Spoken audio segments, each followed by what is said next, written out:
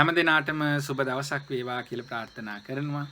එක්තරා රටක 100 කෙනෙක් හදිසියේ රෝහල් ගත කරන්න සිද්ධ වුණා.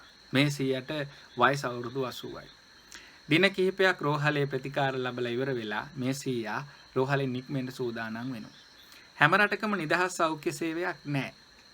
මේ 100ට රෝහලෙන් නික්මෙන්නට සූදානම් වෙන අවස්ථාවේදී බිලක් හම්බුණා.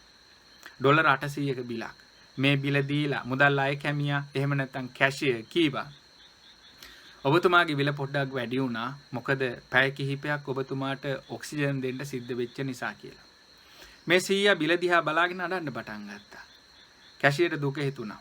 ඔහු කීවා ඔබතුමා ළඟ සල්ලි නැත්තම් එකවර මේ බිල ගෙවන්න අවශ්‍ය නැහැ. අපිට පුළුවන් මාසෙන් මාසෙට ටිකෙන් ටික බිල ගෙවන්න හදලා දෙන්න කියලා. මේ 100 කිව්වා නෑ.